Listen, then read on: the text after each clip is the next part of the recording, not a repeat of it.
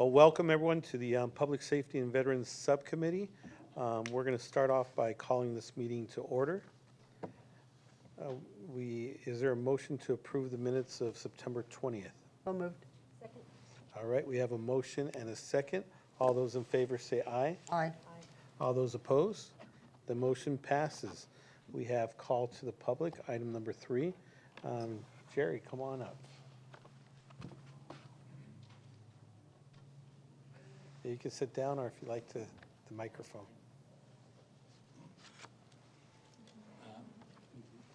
Mr. Chairman and council members, my name is Jerry McHugh. I live at 2201 North Laurel Avenue, right adjacent next to the fairgrounds, on the east side of the fairgrounds.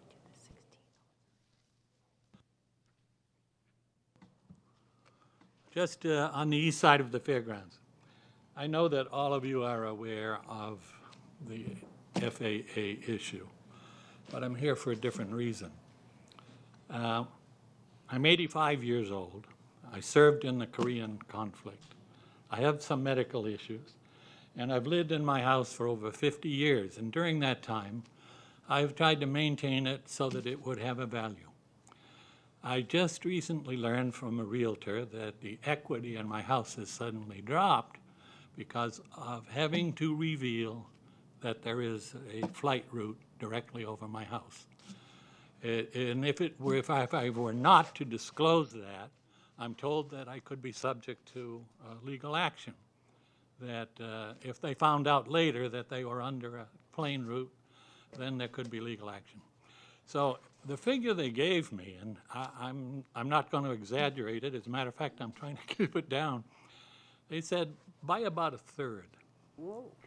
That much, huh? So that's about all I have to say. Is I know other veterans who maybe lived as modestly as I do, and they too may be concerned. So maybe this is a perspective that you should consider. Thank you. Well, thank you so much for bringing that up. I know that there's a public hearing tomorrow night. Night at 6 o'clock. At 6 o'clock at the council chambers. So if anybody who's watching right now, that's Thursday at 6 o'clock at the council chambers, and you can get a full report from our aviation and our city staff. Thank you for bringing it to our attention. And next is, Gabora, is it? Gabora? Gabor? Gabor? My name is Gabor Vaida. I'm a veterinarian practicing in the northwest area on 26th Avenue and Northern for over 50 years. I also have a building right next to it, which I'd like to rent. I'm paying $9,000 every year taxes. And it's empty, trying to rent it. There's a major problem in this area, as you all know, and I'm going to call your attention to it again. There are drug addicts, there are prostitutes. Sometimes we find that on top of my building, they sleep on top of my building, and in the morning we find needles and drug paraphernalia. We find condoms. My staff cleans every morning the area around it. And this is an ongoing problem. And I ask you to pay close attention, but more than that, I ask you to take a close look what happens on street corners of Phoenix, Arizona, on Northern, and sometimes in Four Corners. I see people begging for money. And sometimes those people who are asking for money are the same people who sleep on top of my building or do commit things which I'm even embarrassed to talk about. I feel for years and years and years, I always give money to those people. My wife tells me, I cannot give $2, you have to give at least $5. At one time, my wife gave $20 to one young lady. He walked into the man, and this man walked across the street to the liquor store. My wife no longer gives money to those people. I don't know if you know, or if anybody knows what percentage of those people on those street corners are drug addicts, and what percentage of people are prostitutes, what percent of those people are truly needy. I'm an absolutely most compassionate person in this world. I came to this country 50 years ago as an immigrant, and 5 years and 2 weeks later, I became a proud American. I voted for some of you. I voted for your predecessors proudly every year in the last 40, 50 years. I put my trust in you because I know you'll do a good job and you'll return my trust. That neighborhood, what's going on in this city of Phoenix, absolutely frightens me. I'm ashamed of it, and I think this is unheard of. It's unsightly, it's almost distressing. I know that there are people there who needs money and help. And those $2, what those trusting Phoenix residents give to those people, could be channeled to those people who really need it. Who gets benefit of that money? We give it to those drug addicts. The pusher, the people who brings up drug to this country, and we are not helping anybody else. There has to be, I'm just about finished. Okay. There has to be a creative way to help those people and clean this city, and I ask your absolute close and honest attention. Thank you. Thank you so much for bringing that to our attention. James Parr?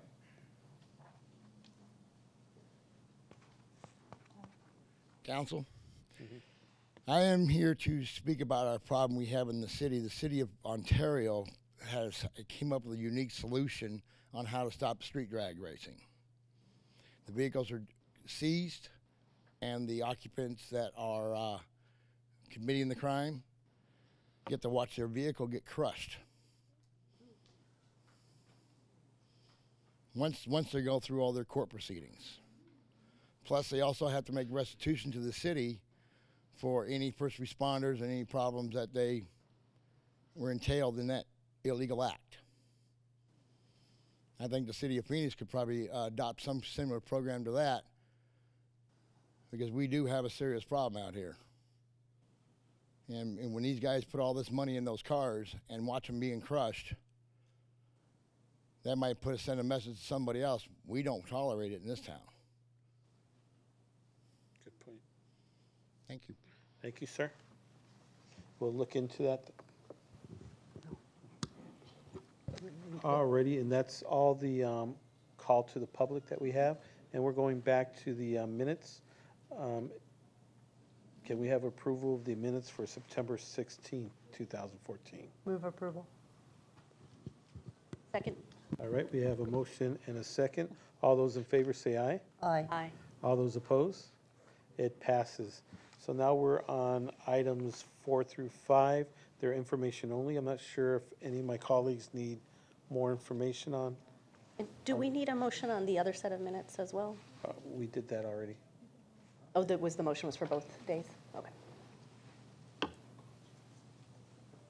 If not, then we'll move on to item number 6 through 11, our consent items.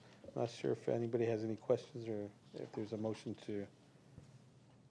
I have a question. It talks about the backlogs and in two places, cold cases and the number 9. Number 9? What's the backlog number? Anybody know? Can we have somebody address item number?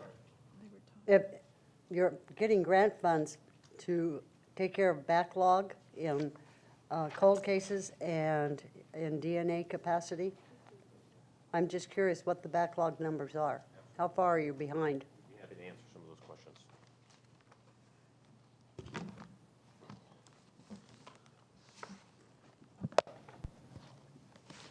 Good afternoon, Council. My name is Assistant Chief Chuck Miller. Are we on? You turn it off. We're on right now. Oh, you're on, Chief. With me today is Lieutenant Greg Carnicle. Greg Carnicle is the acting Bureau Commander for the Phoenix Police Department Crime Lab. And so he'll be glad to answer some of those backlog. I believe you were asking about the cold case backlog? Reference cold case, we don't have a specific number on cold case. Overall backlog for the lab currently is approximately 11,000 items. And how far back do those go? Do you have any idea? Those can go back as far as we have cases, ma'am. Okay. Your cold cases, your homicide cold cases will go further back. And your DNA? Correct. Some are DNA, we have latent prints, we have drugs and all the other types of disciplines as well. But DNA is our biggest backlog of approximately 7,800. Oh, that's not bad. Wasn't it a couple years ago, it was in the 1,000 range? And it's these grants that have helped Okay. get that backlog up to date. Good, thank you. Any other questions or concerns? A nice job last night as MC for the police awards. Oh, thank you very much. We're glad, though, you decided to come back and not go professional. Good to see you. Could you just give us a benchmark with other peer cities, how our lab compares in terms of backlog? Benchmarks, I don't have the benchmarks. I could get those for you if you'd like them at the next subcommittee, but I don't have those at this time. That would be fabulous, thank you. If I could expand upon that, it's a great question because what you'll find is many of the crime labs, the definition of the backlog is not universal. So for example, the state crime lab doesn't consider when they receive an item of evidence to be part of the backlog.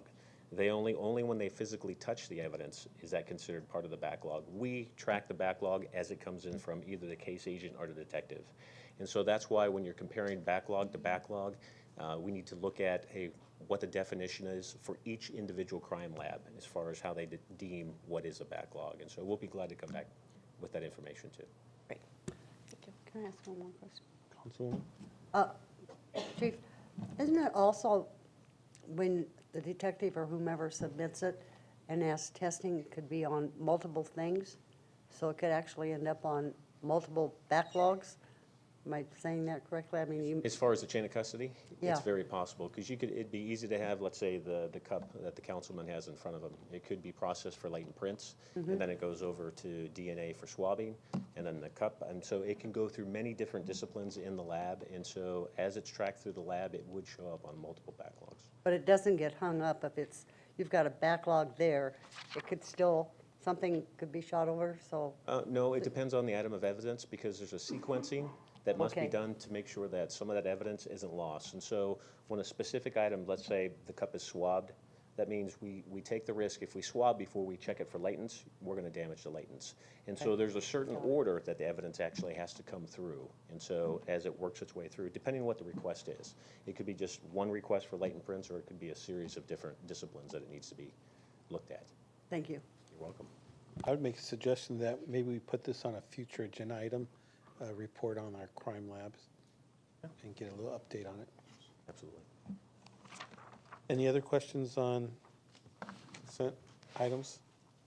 Is there, I'd make the motion to approve 6 through 11 as the consent agenda. there's a motion, is there a second? Second, All right, we have a motion and a second to approve items 6 through 11. All those in favor or questions? Aye. aye. Is there any questions on, or comments? We're voting, I thought we were on items 6 through 9. Or 6 through 11? I thought we Okay. were, okay, so then I have to declare a potential conflict on item 10. Okay. So why don't we can you pull item 10 out? I amend the motion to pull item 10 from the consent.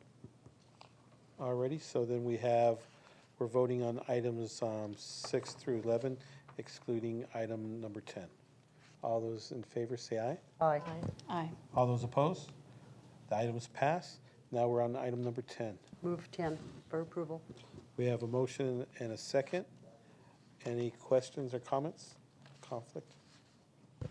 I have a potential conflict. Alrighty, and Councilwoman Pastor has a potential conflict.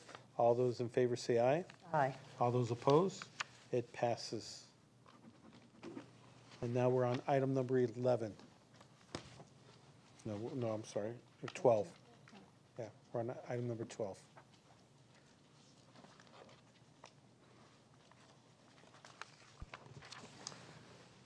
Mr. Chairman, members of the subcommittee, you had requested information regarding departmental spending of their budget, police, fire, and courts. We were unable to get to that item in the previous meeting, so today we're prepared to walk through that. There is a presentation. I'd invite representatives from police, fire, and the courts to take the table, please.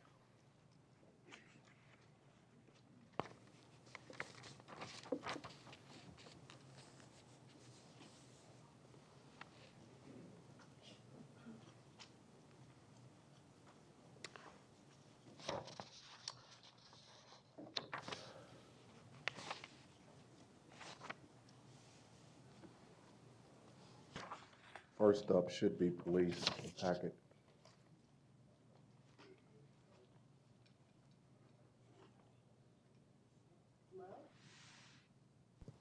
There we go. Okay. My name is Jill Sly. I'm the police administrator, and I'll go over our budgets for July and August. For July, our total budget for the year is $563 million. In July, we spent about $55 million, which is about 10% of our budget. But one thing I want to point out, our department doesn't spend our budget, 1/12. Each month can be different because right now, at the beginning of a fiscal year, we have a lot of 100% type charges hit for insurance, employee reimbursement, employee tuition, things like that. So that's kind of why our budget will run a little higher at the beginning of the year and then kind of evens out throughout the fiscal year. Next one is August, and through August, we spent $99 million, which is 18% of our budget. And then the next slide. I have a question. So the 18%, that's just August, that's not That's a through the end of combined- August.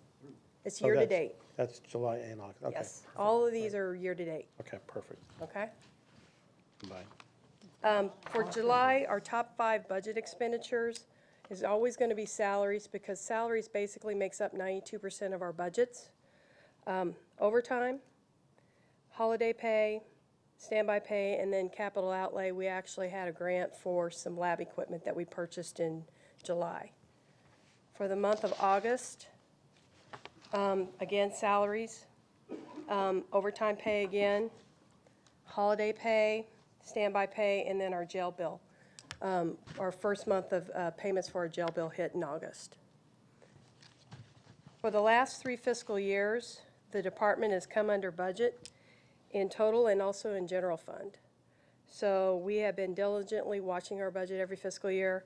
Actually, last fiscal year for the general fund, we came under budget by $4.5 million. Any questions? And what accounts, we had it's cumulative. I was going to ask how we went from salaries 24,000 to 45,000, Yeah, but it's it's all cumulative. year-to-date, yeah. Okay. Yeah.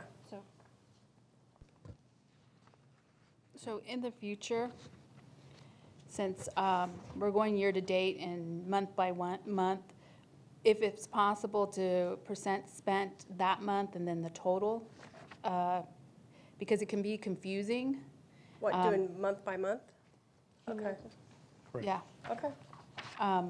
because I'm reading it percent spent 18%, and I'm thinking in August you're spending 18%, but what I'm hearing in the discussion is that it's really 8%, or is it? No, it's 18% of our total budget through the fiscal year, Right. through the end of August. So, which means July's 10%. Then 8%. And 8%. So that's what I mean in the sense of, I like to know July 8%, and then total cumulative, whatever it is going to be in the following. So you would like to know how much for each month and then the year-to-date? Okay. Year-to-date. Yes, thank you. The other dynamic is I'm hearing we're spending under budget. The last 3 fiscal years, we've been under budget, yes. So in spending under budget, is that money, can that money be allocated towards police officers? Well, when we spend under budget for like the general fund, it just goes Okay. back into the general fund balance. So it's kind of up to the city to make that decision. Okay. Mr. Chairman, Yes. Mr. Chairman, Council Member Pastor, part of that item is reflective of the city manager's overall charge to departments to slow down their spending. So if there is a deficit and we're trying to accumulate money to help cover the deficit, then for all departments, it simply rolls to the bottom line to reduce the deficit, and obviously if there was anything left over to be reallocated at the pleasure of council. But in presenting, and I'm just going to go there. Yes, ma'am. In presenting to us and to the public, it sounds like we're saving money, and then we're coming in under budget, and then we have a deficit, and then the request is for more police officers to be on the street.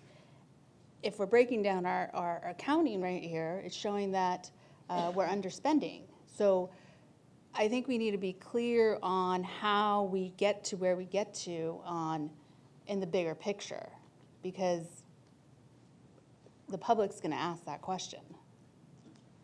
Mr. Chairman, Councilmember Pastor, you're exactly correct. What is happening is the overall picture. So if the overall budget's $100 million and we project to be $20 million deficit, and departments starts not spending budget dollars that they were allocated, what it is really showing, and we need to find a better way to convey it to the public, our budget deficit is not because departments are overspending.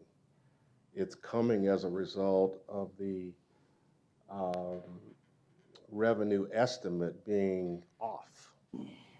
So we project to take in 100 million, we only take in 80 million, we then have to make that number up. And the underspending within the departments is an attempt to help meet that. So we need to find a better way to convey that. Thank you. Yes, ma'am. And I agree with Councilmember Pastor that if you're a good steward with your budget, that we should end up rewarding, especially when it comes to having more officers out there on the street. So those individuals that are being good stewards and they are keeping to their budgets and under their budgets, how can we look for ways as council members to allocate that money towards boots on the ground? So that's where I think you were going at, right? And I agree with you 100%. Don't we receive a monthly city manager's report on the budget? And I think it shows the expenditures and the revenue by categories. Perhaps you could adjust that to let us know which departments are under or over and how that fits into the grand scheme, because I think it kind of distorts the picture if you just go department by department.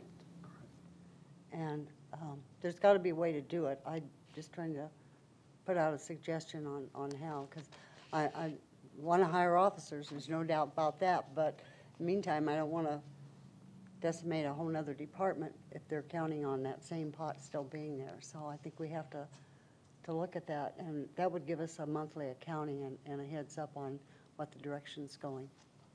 If you Mr. could Chairman, pursue that. Councilmember Williams, yes, we can certainly make that clear when the city manager makes his report. Okay. He and the BNR director. Thank you. Yes, ma'am. Any other comments on police?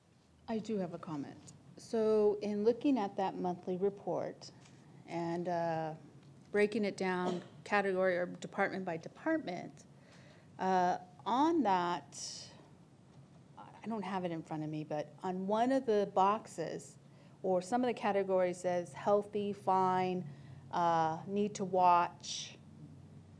There's certain areas that's being demonstrated. And I'm not sure in that category of police and fire where that's at. And so I'm going to go back. I've read it, studied it, but I'm going to go back and compare it to this, to what that is saying. Because I have a feeling it's not saying the same thing. Mr. Chairman, Councilmember Pastor, what the report that comes from the BNR director and the city manager, they're looking at the total picture. So they're not making, it's not making comments that are departmental specific. So City Manager Zerker is in effect talking about the roll-up of everything together. And I think the point that we're addressing here this afternoon, if you looked at all of our departments, with very rare exceptions, the departments are not overspending their budget. We're simply, as the monthly receipts come in from the sales tax, that number's trending downward. And so we're having to take action as we move through the year. But your points are well taken, and we will do a better job of explaining that both to the subcommittee, the council at large, and the community. Any other questions from my colleagues? Chief, can you explain the jail bill?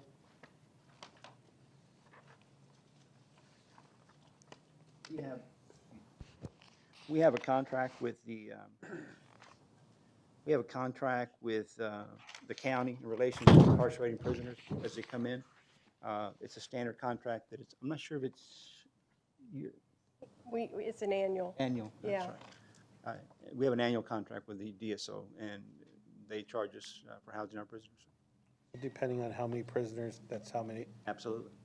so it can increase, decrease, just depending on. And I can tell you that for the last 2 years, our arrests have increased, and our crime has decreased.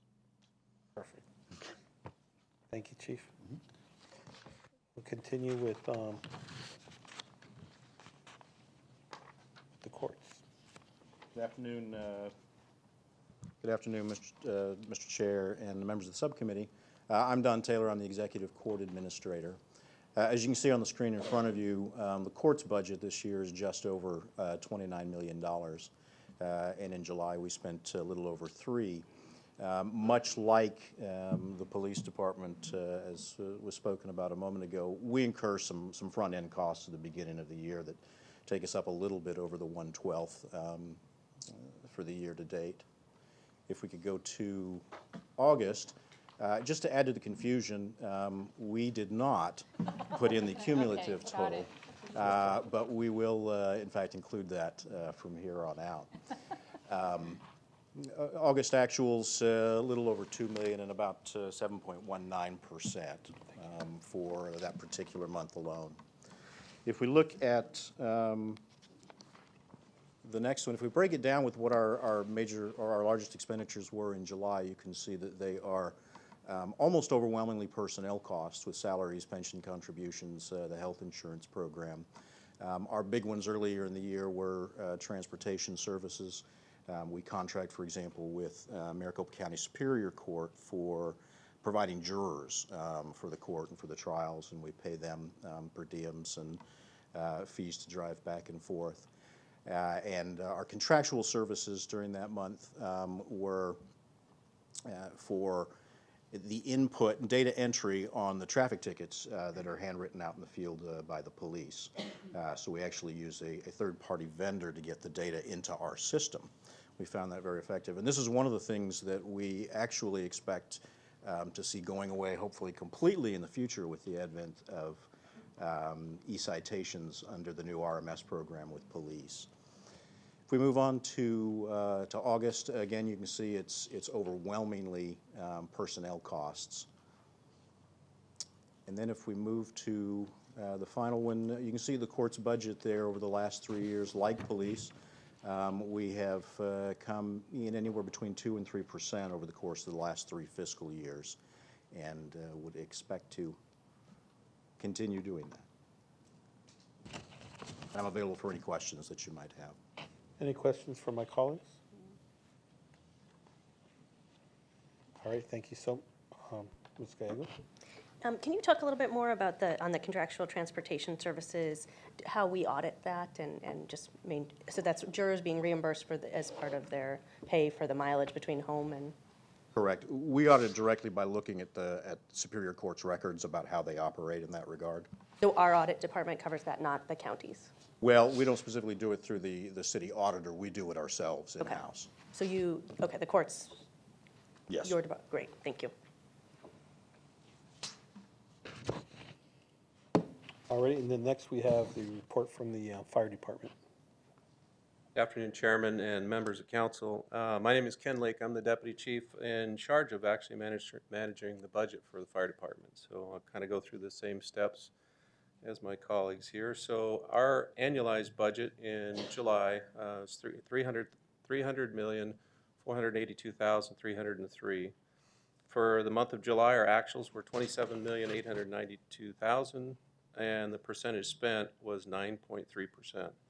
And much like you've heard here, is we have a lot of front-end costs that start off the year that make that a little bit higher, and then it evens out as we go on through the preceding months.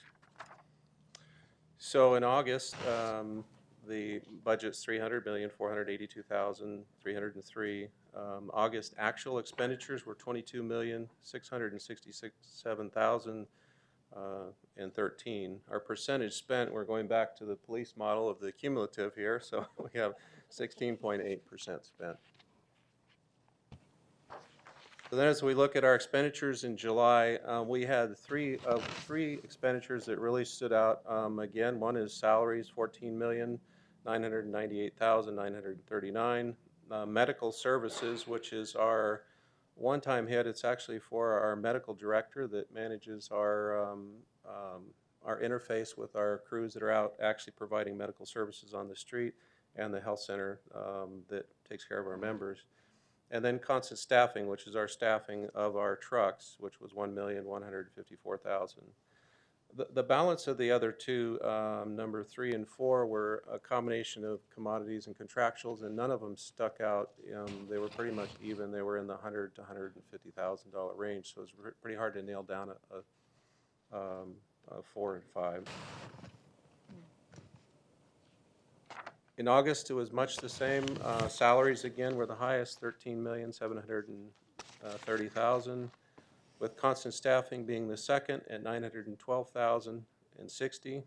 And then lastly was equipment management charges at $735,593. And this is the maintenance and general upkeep and some special provisions for the apparatus that are in the field. And again, number 4 and 5 were contractual commodities. And lastly is our past performance. In the last 3 years, we've come in under budget. But this last year being the tightest year in the general fund, we were under by $260,000. So it was a pretty tight year last year. And I think it's been said here, we just, every month we take a forward-looking forecast, and if we appear to be, we're running heavy or over, we do everything we can to be within budget. So it's come closer and closer over the last 3 years, but we made it last year, and we don't expect to be much different this year. Any questions? Any questions? On commodities, is that often fuel for trucks? Is that one of them? It's a wide array of things, from fuel from trucks to foam to that we use AFFF foam for firefighting, or any of the station supplies. It's just a really broad brush. Mm-hmm. What do we do on managing, and I guess if the police department could also, managing fuel expenses and how to keep that as low as possible? Councilman Gallego, the numbers for fuel are actually loaded as a centralized budget number that the city gives us. They do forecasting to make sure that we're going to be on target, and they look at what fuel expenses are going to be as far as cost per gallon, but those are generally given to us so we can stay on track. Same for... Yes, ma'am, but yeah, one of the things that just to point out that, you know, the difference is that in police, we're actively patrolling the streets, quite different from the fire department. So from our standpoint, we're, I guess from a standpoint of operational, we're very proactive out there in the field from a preventive side. So that equates to our patrolling efforts as well. Could you elaborate on that? Well, just the fact that, you know, we're out there, it's not just about answering calls for service. Mm-hmm. It's out there patrolling the streets. So the luxury of just parking a car and waiting for that's not part of how we do our work. We have to be out there very proactive. As far as how it's budgeted for, Joe, can you talk a little bit on that piece? It's the same as the fire department. Yes, Budget and Research takes a look at it centrally every year, and during our 3+9 budget process, if we think we're going to use fuel more, then we'll try to up the budget at that time, but they just take a look at it centrally. So we've basically decided that an incentive to reduce fuel use was probably contrary with public safety, and we don't want to put that Well, from financial the police incentive. side, definitely would be, because you want your officers out there patrolling, not only from a call answering perspective, but also from a proactive policing perspective, working their beats. Great, thank you. Councilwoman Williams? I still don't get constant manning. Can you explain that to me? Sure, Councilman Williams. Constant staffing is every day that it takes 525 people to staff all the units that we have out on the street. So it's all the engines, the ladders, everybody that's out there that has an assigned position. So in the morning, what happens is people that have called in sick, they're on vacation, or anybody that can't fulfill their role or their spot for whatever reason goes up on the board, and we have to fill those positions. As the years have gone by and we've gotten fewer and fewer people in the department, we find ourselves falling into this, having to call people in on overtime. So the constant staffing in an essence is if there's only 3 people to fill that truck that day and we need the 4th, they call that person in. Okay, From an so off-duty. basically it's overtime? Is that Correct. what you're saying? Yes, it is. Why don't you just say overtime? Or put it in parentheses, it makes it easier. There is 2 different, there's constant staffing is a unique overtime for us. We do also have an overtime budget that we use for things like training or a standard overtime that's, I guess it's used for the out of the norm type of things that come up. And so they're separated in our budget system, and maybe that's the reason why I refer to them a little bit different, because this one is only used for the staffing of trucks. It's not used for any other purpose. It is overtime. I understand what you mean. Maybe you can make it overtime 1 and overtime 2. Thank you. Any other questions? Any comments? I have some suggestions for next report. I really like to see something saying this month, and you actually have the actuals for that month and what was actually budgeted. I know that we don't go on a 12-month, but if we can kind of figure out, forecast what each month would be, and then the variance of that. And then if we can actually look at the previous year of that same month, and we can kind of look back from last year to this year and kind of have some comparisons of if there's a cost savings or if we're increasing or not, so we can get a better snapshot of where our departments are going. And then basically the other thing I would like to see on this would be some type of a fee or service or like revenues that are collected. For example, in our courts, we have revenues that we actually collect off of fines.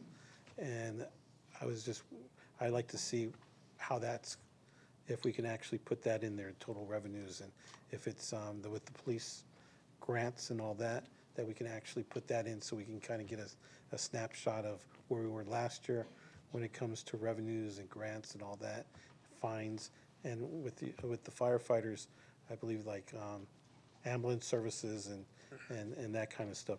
So this way we can get a better snapshot and a better picture of where we were last year, where we are this year, and where we're heading towards the future. So I think I would like to see total revenues and expenditures somehow, some way put in there in some type of a budget, monthly budget, so we can compare where we're actually going. Mr. Chairman, we will certainly get that done. This has been very instructive for us, so we came with you sort of with a baseline of information, and we were hopeful of getting some feedback as to how close or how far away we were from where you wanted to see. But next meeting, we'll make the changes, or next month, we'll make the changes that you're asking for. And I just really want to thank our staff, because I think what happens most of the time is that we have these budget hearings, and that's the first time that we as council members are hearing about if there's an increase or decrease in our budget. And I think this is a way for us to actually start to forecast and to actually prepare ourselves as policymakers and as council members to address those issues in the future. So I think it's really healthy, and it's very beneficial for myself to understand where our public safety is heading and if we're staying on target when it comes to budgets and stuff. So I really want to thank you for that extra work and all that, on all this effort in putting this budget together, because it's really helpful. And I also believe that it helps individuals out there seeing that there's not this money being thrown away, that we're very, very good stewards when it comes to tax dollars. And I really want to thank the firefighters and our courts and our police officers for being those good stewards. Yes, Councilwoman? To follow up on what you just said, I would like to see you insert when there's an exceptional incident or something out of the ordinary that you probably didn't budget, whether it's a big storm, a big fire, whatever, and the impact that that has. So that could take you out of budget or something you hadn't planned for, so that we're aware of it in case it makes a significant difference in the figures you give us. And Councilmember, just so, and I think I speak for everyone here, especially when you give the example of the storms. When we have storms, when there is a code item that we identify that the money expended all goes under that area, because it's a special circumstance or a special event that generates that expenditure. But sometimes we seem to be getting more of them than we anticipate. Sometimes we do. Yes, ma'am. And we certainly appreciate the robust response during the storms and unusual expenditures that were required. But thank you for keeping our folks safe and keeping people away from streets they shouldn't be driving on, or Station 57 doing the water rescues. We certainly appreciate that. Can I actually ask one more question, Councilman? Absolutely. Could we go back to the jail expenditure? You said that $931,000 was the bill for the year? For a month. I'm sorry. That's just for a month. Our budget's about $13 million a year. Mm-hmm. And each year, the county will send us what their rates are going to be for the booking cost and the housing cost. Okay. I mean, you don't want to complain something's low, but it seemed like there was something missing. So why didn't that show up in July? Because we're usually about a month behind, and then at the end of the fiscal year, we'll make sure we have 12 months of payments in before the end of the fiscal year. So we were just kind of a month behind. Plus, what we do as a department, we take a look at what the county sends us and what they're going to bill us, and then we compare it to if it's felonies and things like that, because they have sometimes they'll charge us for things they shouldn't be, and we'll do a credit for it when we make our payments. So we do that on a monthly basis. Great. Thank you. Any other comments? I have some comments. I get this monthly financial report, and I have July's in front of me. And this is where I'm having confusion. With the public safety area, it tells me July year-to-date, 84,000. But with this, that's not what it's telling me here. And so there is some discrepancies or way we're reporting. And I guess I just need to get schooled in it. Because if I really start to break it down, it says July year-to-date expenditures, and then it has an annual expenditures, and it also has currently all the way back to 10-11. And it's not matching. And so I think I'm a little, we'll need some assistance in understanding the two different documents. Mr. Chairman, Councilmember Pastor, we will make sure to arrange a briefing to walk through the differences in how the reports are prepared. The budget office is looking at the same picture a little bit differently than the departmental breakdowns, but we will certainly address your questions. Thank you, Councilwoman. With that, well, thank you so much, and then we're on I think we're on item number 13 now.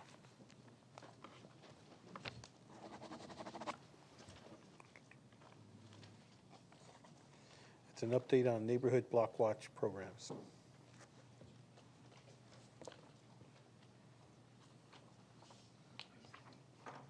And perfect timing on the eve of our GAIN events, right? Yes. Good afternoon, Chairman Nowakowski, members of the subcommittee. My name is Scott Stevenson. I'm the program manager for the Neighborhood Block Watch program. And I would like to introduce Sherry Dudak, who's the current chair of the Oversight Committee, who will give you an update.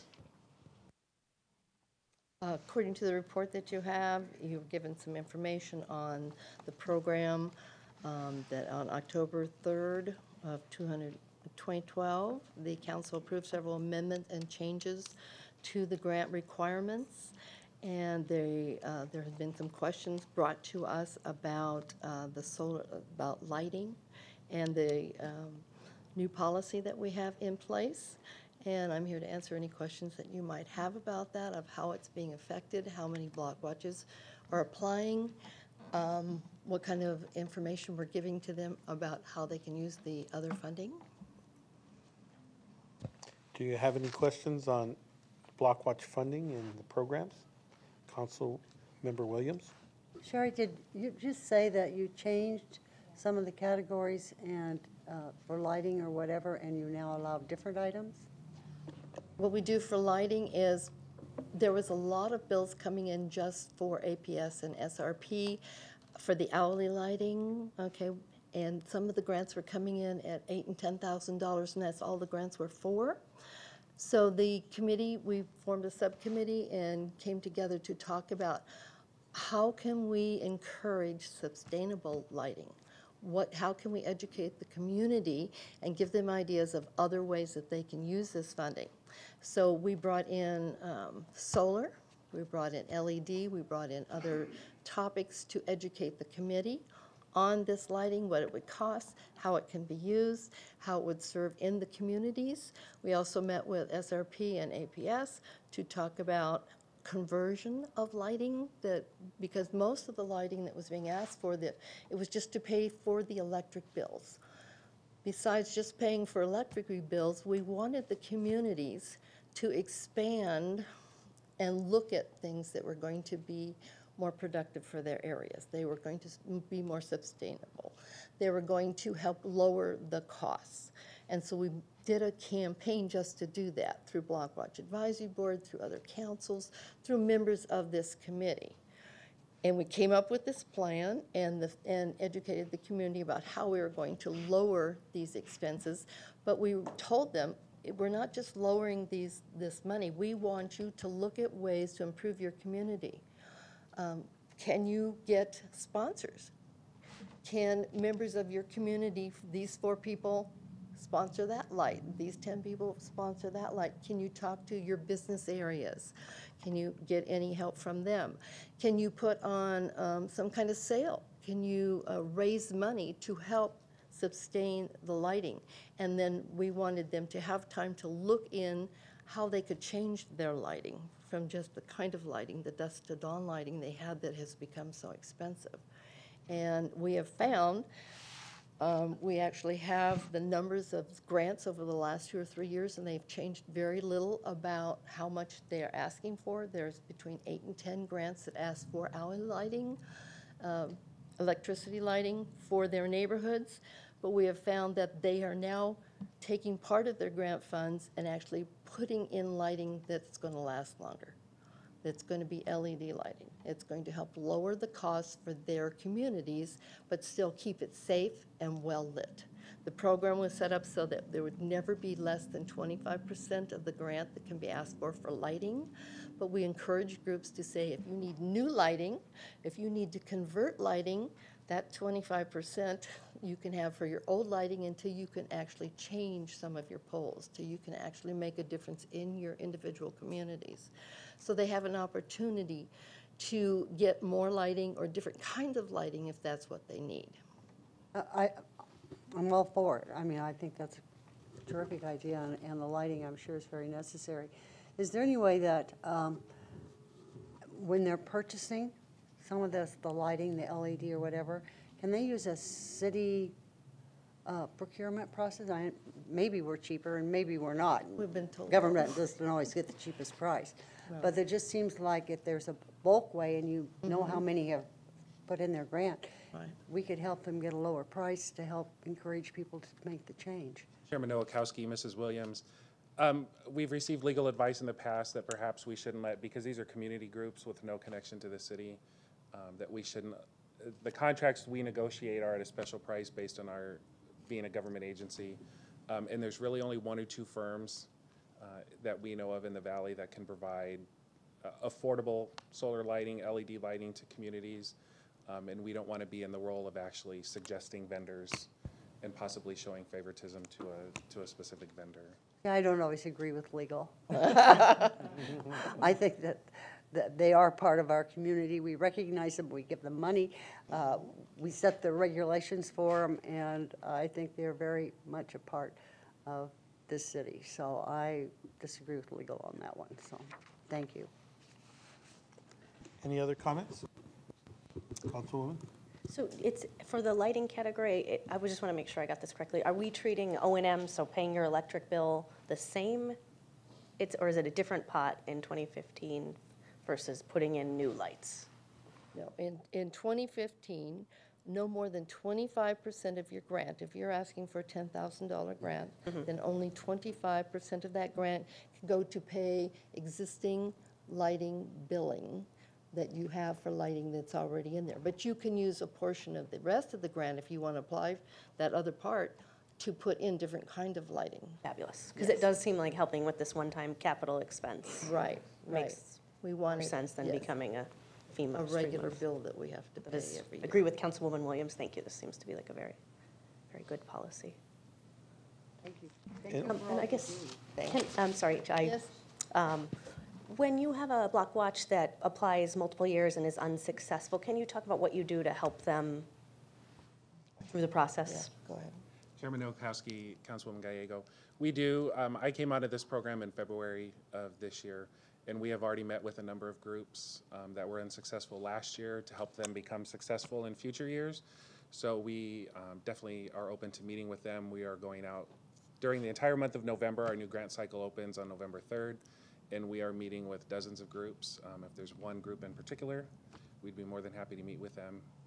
That'd be fabulous, because we have some areas that are public safety priorities for us in District 8 where they've been unsuccessful more than once, and I think it's a misunderstanding of the process more than a lack Some of of a it, need. when it comes to grant writing, it's all about the language and the words that you use in your application. I'd also like to point out that this year we've changed the welcome letter, and some of the instructions, we've made them more clear, and we've encouraged all the community members who are on this committee that are appointed by you to go out and help in the communities, and to take questions in and bring them to staff so staff knows what kind of questions are coming up and what's going on. And to remind everyone that it's all crime-related. It's all about wording, it's all about how you apply and following the directions. And we're finding that more people are open to that we're telling them, hey, we're here and we want to know what you need, and we will try to help facilitate that. And thank you and your committee so much for your service. I know you go through a lot of lengthy applications. Appreciate that very much. You're welcome. And I agree with Councilwoman Williams, we ought to help as much as possible for people to find the right lighting solutions. And Right. we have some great folks who are doing pilots on solar lighting elsewhere in our city. Are you getting that information about what's working for us in the pilots? Because I would imagine if we can't help them too much with procurement, at least we can tell them what we've learned from our experience with solar lighting.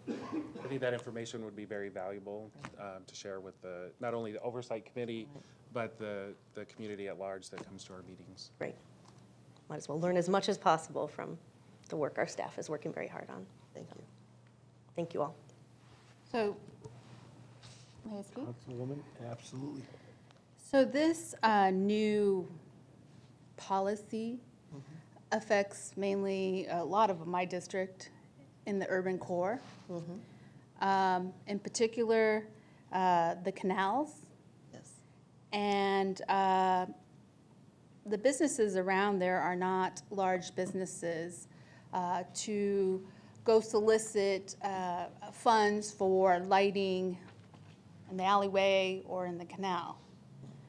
So I'm not necessarily in agreement with this policy and would like if the grant program has 6 main areas of focus, which is detect, deter, or delay crime, improve the quality of life within the neighborhoods by educating individuals to work together to solve problems, and one of it could be lighting, the other one is to detect and deter. And Chief, I have a question for you, so if you could please encourage citizens to have pride in their neighborhood and prevent crime. My understanding in crime is that when we have more lighting in our areas, we deter crime. I would agree with that. Okay. So I don't know what the process is, but could we look at re-looking at this policy, knowing that the crime rates within all our areas, but in particular the urban core, to relook at this possibility of maybe not having it 25% or maybe having it more 40%. To change out, and Ray, you may have the answer to this, to change out some of the lighting in our historic areas is very costly. And APS, it's mainly APS, is only going to help so far. So I think we need to relook at this policy or decision and look at those considerations. Ray, I know you've been working on the historic, on working with some of them and changing out some of the lighting. And I can, Councilwoman Pastor, Chairman Nowakowski, just as a background, I think there may be some confusion. The 25% only applies towards electric bills. Right. There is no cap on changing out existing lighting or adding new lighting. So this is just, the 25% only covers the electric bills. You know, they can request the full $10,000 grant to upgrade existing lighting if they want to, but definitely we can take this back to the full committee to re-examine this policy. But when your bill is, I don't even know what the bill, I know it's outrageous. The typical bill, if they apply through APS or SRP, I think they are getting a discounted rate from them. And it should be, for an average lighting, I think their original estimates were $3,000 to $4,000 a year. A year? A year. Okay. So could you pull all that information for me so that I can analyze and go back, speak to those block watches? I heard about this issue when I was campaigning. It was very big. And now that I'm here, I want to make sure that our urban core has the ability to have the lighting to prevent the crime that we need to do within that area. And this is one of the ways that neighborhoods, historic neighborhoods, and other neighborhoods can fund their lighting. There are poor neighborhoods also that don't have the ability to do the fundraising and have the capacity to do the things that some of the other neighborhoods do. So I think we need to consider this equity all across the board and look at it in a way of what the need is. Ray, can you talk about the lighting? Mr. Chairman and Councilwoman Pastor, just to kind of give you a brief history, several years ago, we went through, there was a lot of concerns with a lot of the historic districts and some of the locations that had or previously had historic lights. And so we at that time commissioned a study with a historical architect to look at all those different areas. And it was in Canton Palmcroft, Windsor, Alvarado districts. And so we identified all these different needs that we would need to have. And so working not only with the federal government, we went after some federal grants, and so we got those. And also working with the last bond program, we identified some funding through the bond program, and it was specifically for the historic preservation aspect of it. And so working with the Historic Preservation Committee, we identified certain locations. So we did certain areas with federal funds. And then the last one that we're doing right now, based on that remaining bond funds, is the Alvarado district. So we are going out and trying to do as much as we can along the public right-of-way in these areas for those particular portions. Okay. And that is historic preservation, though. Yes. In the historic preservation of this lighting, are we going to LED? Are we going to solar? Is it possible? Well, and with regards to the certain locations, there was a time where we were looking at the type of, because of the historic nature, we had to be careful on, we're not detrimenting the aspect of the historic nature of it.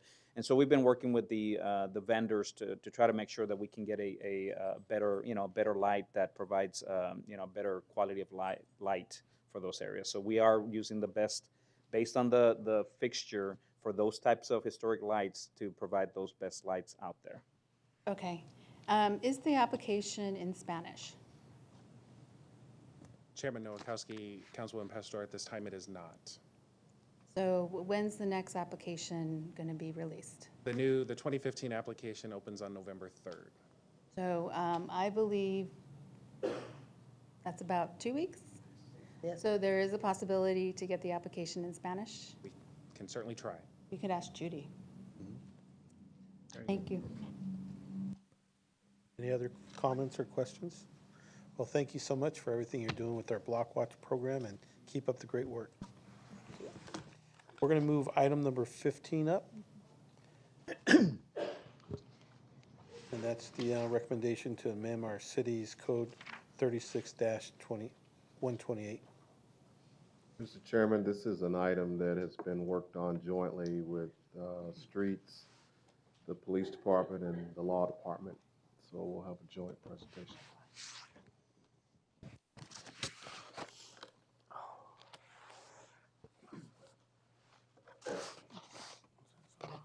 Chairman Nowakowski and subcommittee members, I'm Will Gonzalez with the City of Phoenix Prosecutor's Office. I oversee the Community Prosecution Bureau and the Appeals Bureau.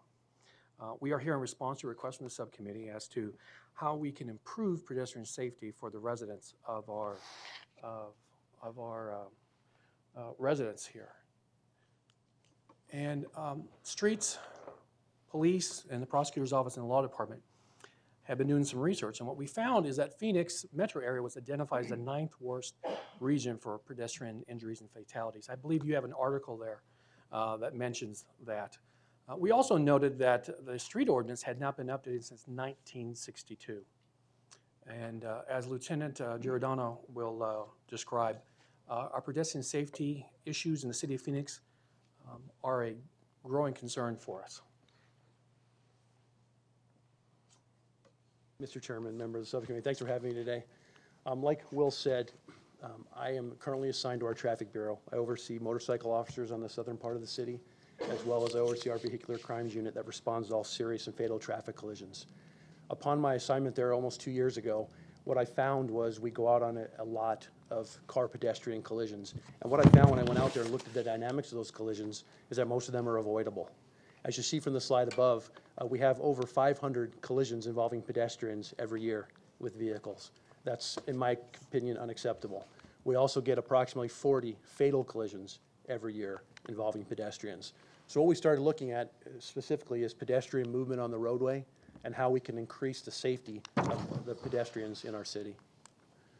One thing we're looking at is jaywalking. Most of our fatal traffic collisions involve pedestrians crossing mid-block. And currently, the law allows for it until such time that you're struck by the vehicle. As you see in the picture above, not only is this person crossing the road mid-block illegally, it appears she's going to eventually go over the guideway of the light rail, which is an entirely different issue.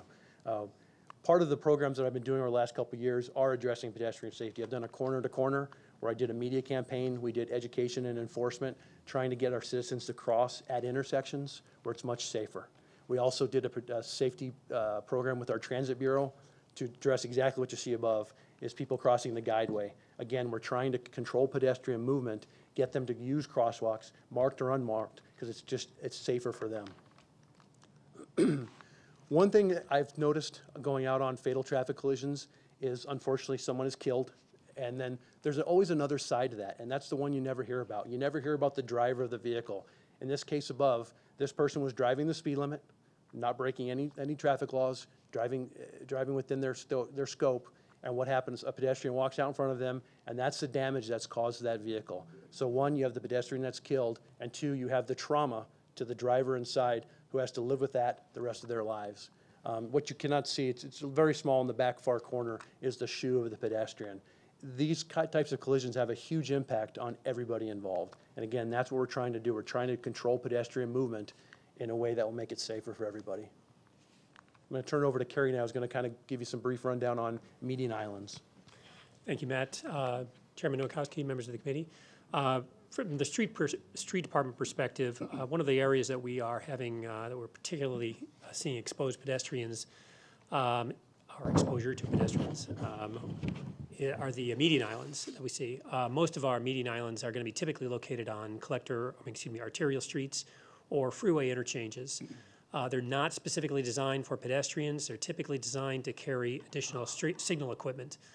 There are no push-button or ADA accessibility features out there. And more importantly for this, this discussion, they're unfortunately hit very often. We had over 40 crashes last year where signal equipment on medians was damaged.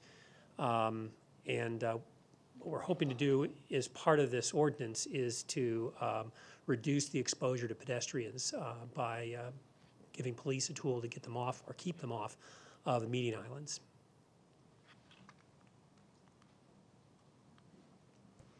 In addition to the information we pulled reference cars striking pedestrians, we also took a look at the number of crash reports we took that involved a median event in any way. The picture above you shows the intersection of the I-17 access road and 7th Avenue. And as you can see, as the vehicle was traveling westbound, it made a right turn to go northbound on 7th Avenue, and it turned wide and struck the median pole, going right over the top of it. The next photo will show you the damage that occurred. And what you see is, had someone been standing there, and in that, if I'll go back here, if you look, I travel that way at least one time every day, and I almost always see someone standing on the median. I've stopped countless times and explained to different people the dangers of standing there, but without any enforcement capability, it's just a recommendation. I can't have any impact on him other than education. And as you see, had he or she been standing there when that car made that wide right turn, they would have been struck and potentially killed. As such, we are proposing a ordinance change on City Code 36128. As you can see, the jaywalking, that's the existing. The first offense is a civil fine for $250. What we're requesting is that at the discretion of the citing officer, that the second offense under jaywalking would be a Class 1 misdemeanor. The intent here really is to provide more education on the street for individuals, to guide them to enlist their cooperation in not jaywalking. And so really, police department will be going out there doing a vast education for those individuals who are jaywalking. But at the same time, for those individuals who continue to violate that, we want to give the officers the opportunity and the tools, if you will, to cite them to Class 1 misdemeanor. And the same thing with the illegal median signing, that would be new. First offense would be civil. Again, education, education, education. That's where we really want to go. And then if we still have individuals who just, for whatever reason, decide that they are not going to comply, then the second offense, again, in the discretion of the officer would be a Class 1 misdemeanor. Councilor, if I may add that the medium, as I see it, is a traffic control device. It separates north and south traffic, east and west traffic from each other, period. That's what they're meant for. As such, the staff is requesting that this committee approve the amendment to the city code on 36128 and prohibiting the median standing except to wait to cross the roadway and making subsequent violations of this code, including jaywalking, a Class 1 misdemeanor. Any comments? We have a card. We'll go ahead and listen to the card first. Robin Mofford. Did you want to? Okay. Any comments? Of course. No, I am delighted. I know you have worked a long time on this, and the safety has been a big concern of everyone, not only in the community. I've had numerous conversations with patrol officers because they were very concerned too. So I thank you very much for all the time and effort you've put into to this, and I hope word spreads very quickly, so that all the officers understand fully that you would now have a new position on this. And I think the jaywalking is especially important. I see that right out here every day. people walking across, and especially at night when they're all black.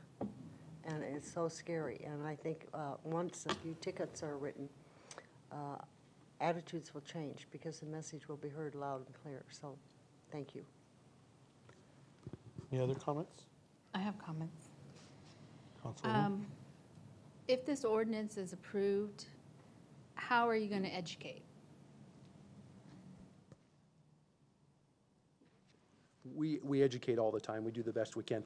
We'll partner with our media partners. We'll push out information both in print as well as television. I've done. Correct. Thank you. What we're looking for is voluntary compliance. So we'll try to get out the word as much as we can. But more importantly, we'll do our education officer to citizen. Most of our first occurrences will be through their field interrogation cards, where we're giving warnings, educating, documenting that we gave them a warning before we take any type of enforcement action. And what we have found is through any of our other pedestrian safety programs, especially the one with the light rail, word travels faster unofficially than I can do it officially. And the PSA issue is also something that, of course, we would consider. So then this ordinance or, amendment would then empower police officers to work with those that are in the middle or the pedestrian area or in the light area, in the middle of the freeway area, I guess, would empower police officers then to make a next step, or I'm not really sure how this empowers the police officers. It's an enforcement issue. Okay. Councilmember, officers would have the discretion after there should be a discretionary period where we're informing the public of this issue and the new law and as to how and when it takes into effect. After a certain date, when we've done our PSAs and we've done our informational contacts with people, educational contacts with people, if you will, at some point, after a certain point, we would, officer would have now the discretion to write citations based on this issue. Okay, so that's. Yes, ma'am. It's the citation. It would be the citation on the back end of it. If we can't get voluntary compliance on the front end, Correct. we would have the ability to issue a citation. Yes, ma'am. I have one more. Of course, I did not mean. Cost of Class 1 misdemeanor. What's the cost of that? I'm sorry, is If I get a ticket or if I get a Class 1 misdemeanor, what's the cost? Chairman Nowakowski and Councilwoman Pastor, a Class 1 misdemeanor is anywhere from 0 to $2,500 fine, 0 to 180 days in jail, 0 to 3 years probation. Typically, offense such as this, we would probably treat at the very lowest end. The objective here is to save lives. And so we're not really interested, one, in prosecution, but we really are not. We're really trying to get these individuals to comply with the law for a safety issue. So we would look at it more from the standpoint of, can we gain your compliance? That's what we're really looking for. Thank you. Thank you. I think that's a great tool, and I think it's important that, especially if this should be something where in homelessness court, that some of these cases may appear, and if we can definitely use this as a tool for compliance, but not to add financial burden to people who cannot. Yeah, this would be an offense that would be handled within the homeless court. Every month we meet, the municipal court has at the CAS, and so this would be one eligible for those individuals who would want and participate in the program. Easily this one would be one to remediate there. It's great if we can use it as a tool to keep folks safe. Yes. And appreciate that very much. We appreciate your work on this issue. It's clearly an issue of interest to the public and related to many of the comments we heard in public comment and throughout the meeting. And it seems like we found a way to respect free speech while still keeping people safe. So I think this will address some of the problems we've talked about in the past, and appreciate your hard work on this particular issue. Councilwoman Pastor's comment about education reminded me of one of the areas in the area that Councilman Nowakowski and I represent where you see this often is near the homeless service campus. So to the extent we could do a particular education effort in that area, I think that would be very valuable and help keep people safe. And I've already reached out to the homeless Always campus. ahead of me. Okay. And they've already offered me opportunity to come and speak and educate, provide literature if and when this ordinance comes to be. Wonderful. Thank you so much. Councilmember Williams? Having said that, it's going through and you're going to go on the low end. Are you going to keep track so that if they have priors for doing this, you can escalate the cost or the punishment, or? Yeah, currently we do that in any of our criminal cases. We can track through their priors and so on, through the court management system as well as ours. So we do that in every case. So this would be one as well. But again, what we're really looking for is there an issue of treatment here that we can divert them to? Is there other avenues that don't, impact the criminal justice system, the cost? So it's not merely just prosecuting, it's really kind of screening through these individuals what's going on. And so we do that currently right now with some of these offenders. If it's mental health, we divert them in that direction. It's more of a cost savings as well as a restorative piece as well for the prosecutor's office. And I recognize that, and I know you do an excellent job. I also know there are a lot of people out there that refuse treatment and refuse to participate in this. Yes. And, sometimes money talks when nothing else does. So I don't want you to say no. Yes, You're not going Councilwoman to do that Alakowski, because Councilwoman Williams, we use all the tools in the toolbox. I appreciate that. And because I am a strong believer in this, can this be put on with the emergency clause so it goes into effect quicker? I would love to second that one. Emergency, we have an emergency clause So it's a that we fast can track. expedite some of our rulings or our decisions, and I don't know, but I thought if it did, I would love to see this expedited. Mr. Chairman, Councilmember Williams, are you interested in it taking effect upon passage? Yes. Mr. Brown? Even though I said I disagreed with legals, I may agree with them on this answer. Good afternoon, Chairman and Councilwoman Williams. Yes, the council could pass with an emergency clause that would make the ordinance effective upon passage. You want a motion? I'd love to have a motion. I say we forward this to the full council for approval and include the emergency clause so it takes effect immediately. Second. All righty, we have a motion and a second. All those in favor say aye. Aye. All those opposed? It passes with an emergency clause. I just want to thank you all, and Chief, in the future, we really need to look into the bike safety also. I know we've been increasing our bike routes, and there's been a lot of accidents out there on bikes, so maybe in the future we can start looking into that also. Thank you. Good job. All righty, we're on item number 14.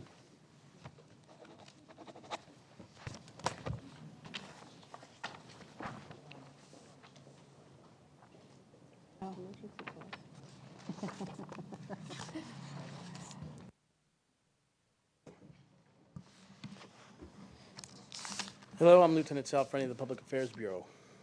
Well, welcome, and we're here to talk about nextdoor.com update.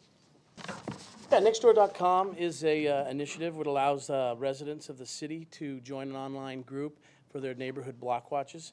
Since we started in January, we have 605 neighborhoods, or a little over that, and over 32,000 residents that are signed up to Nextdoor.com. We, at the Public Affairs Bureau, we typically give them information on such things as the city changes when it comes to law enforcement or any other type of thing that we need to give out through the city, such as the new precinct boundaries or the maps and things of that nature.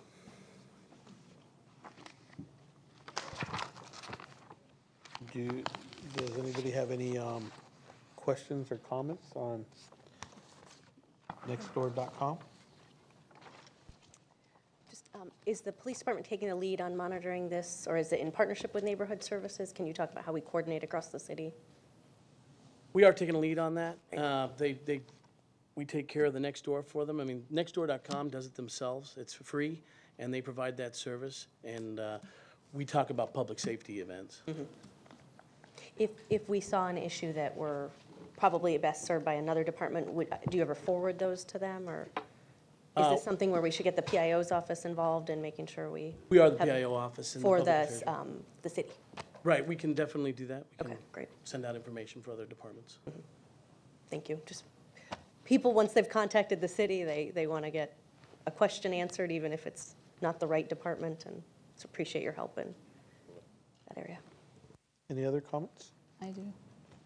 Councilwoman Pastor. One of the items that I'm hearing about Nextdoor.com is that they felt it was within their community and within their group, and that they're getting bombarded with, I guess, information from the city and other groups, and they're just being inundated by other groups. And I don't know who has access to these other groups or how information gets within the Nextdoor.com, but I'm hearing that, and it's kind of now becoming, they feel like another app where it's not a pure neighborhood dialogue.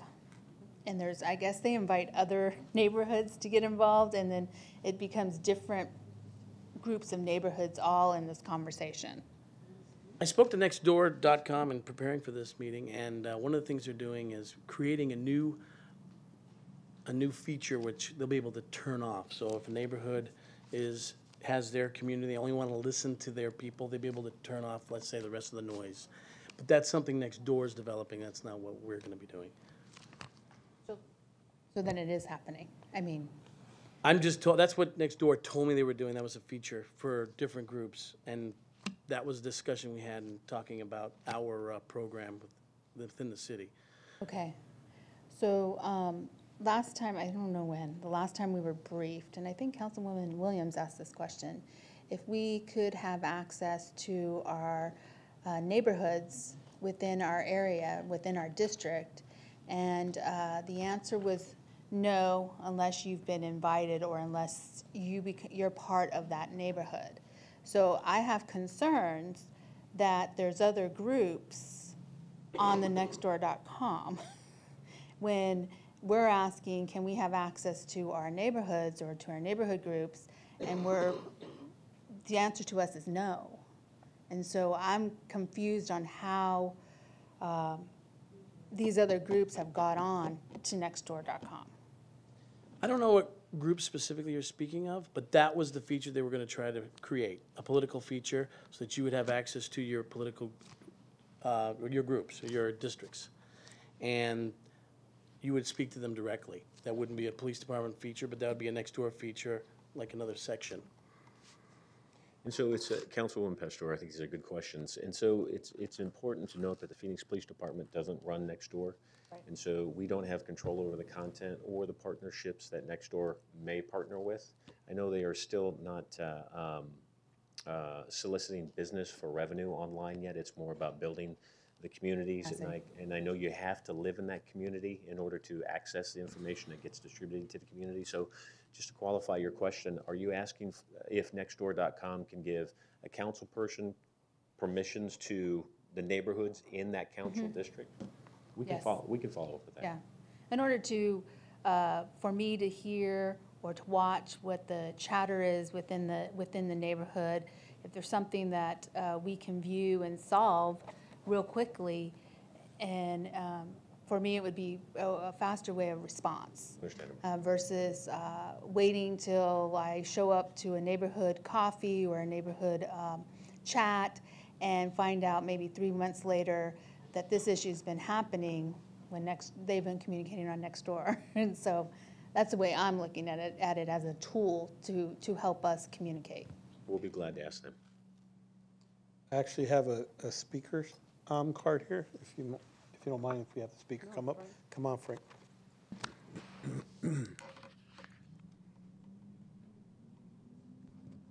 Good afternoon. Frank Steinmetz. I'm chairman of the Cactus Wren Neighborhood Block Watch. I'm also the leader of Cactus Wren Nextdoor. To answer your question, I hope I do explain it to you. I, as a leader, can go and access any other group. I can also stop any other group from coming into my group. So if you have somebody in your particular area that says we're being invaded by all these other people, the leader of your group can go in and say, nah, you're not going to do that, and stop them. So it's up to your leader who controls that whole group. Your leader can also control the topics. We had a topic that went berserko for a while. And I just went in and I says, that's it, we've discussed it. It's now handled, no more discussion. And I just put in no, and from that point on, every time a topic went up, somebody tried to do that topic, it was stopped. Talk to your leader of your group. It's that simple. As far as the police department, I've had nothing but positive results from all 4 groups that I'm involved with, getting the message from the police department and NSD now. So I think that's a good point. Yeah, I agree with you. Thank you. Thank you for informing me. Any other information or comments? I just really want to thank the police and our chief for really thinking outside the box and using social media to its fullest and having citizens being able to talk to each other and patrol their neighborhoods and really take back those neighborhoods. So thank you for the tools that you give all of our citizens out there and our block watch groups, our graffiti busters, blight busters, and the list just goes on and on. Thank you so much. Thank you. Thank you. Next item is our future agenda items. We just passed out the sheet with all the different items that we have coming up in the future. Is there anything else that would you like to add on or move up in the near future? Number 2, hiring process for officers, which I think also is how we are doing outreach to make sure that diverse communities are aware of the opportunity. Would it be possible to put that on the November agenda? Absolutely. Great, thank you. November. Can we also look at number 5? Sex offender clustering? Move that up to November. Yes, please. Already. Anything else, Councilmember Williams? Of course, you skipped 4. Oh, well. Could we move that up to November? Because I want to know how the compassion clubs are doing, because I hear there's been some positive things happening, and I'd like to have a report on it, please. Yeah, there's I think a success story we might further celebrate. All right. Anything else or anything we need to add on? I would like to add, if we can get a report on the gang task force and gang activities within the city of Phoenix in the near future.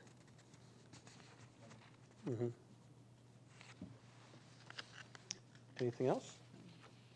With that, this meeting is adjourned. Thank you so much for coming out.